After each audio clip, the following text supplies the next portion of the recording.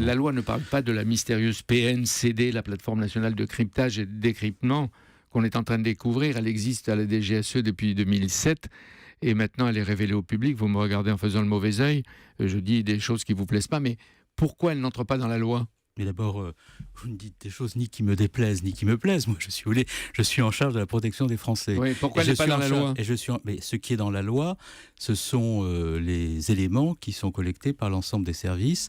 Et les services sont encadrés très rigoureusement en raison des éléments qu'ils collectent. Et le Premier ministre, comme le ministre de la Défense hier à l'Assemblée nationale, ont très clairement indiqué ce qu'est la vérité, et que je confirme sur votre antenne ce matin.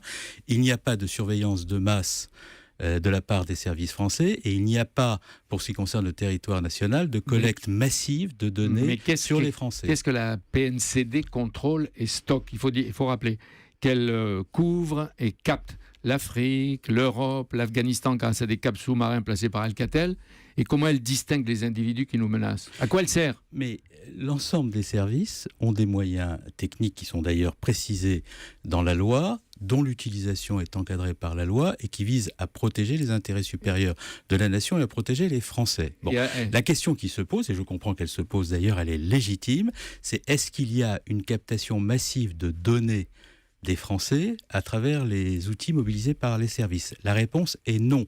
Non, c'est interdit par la loi.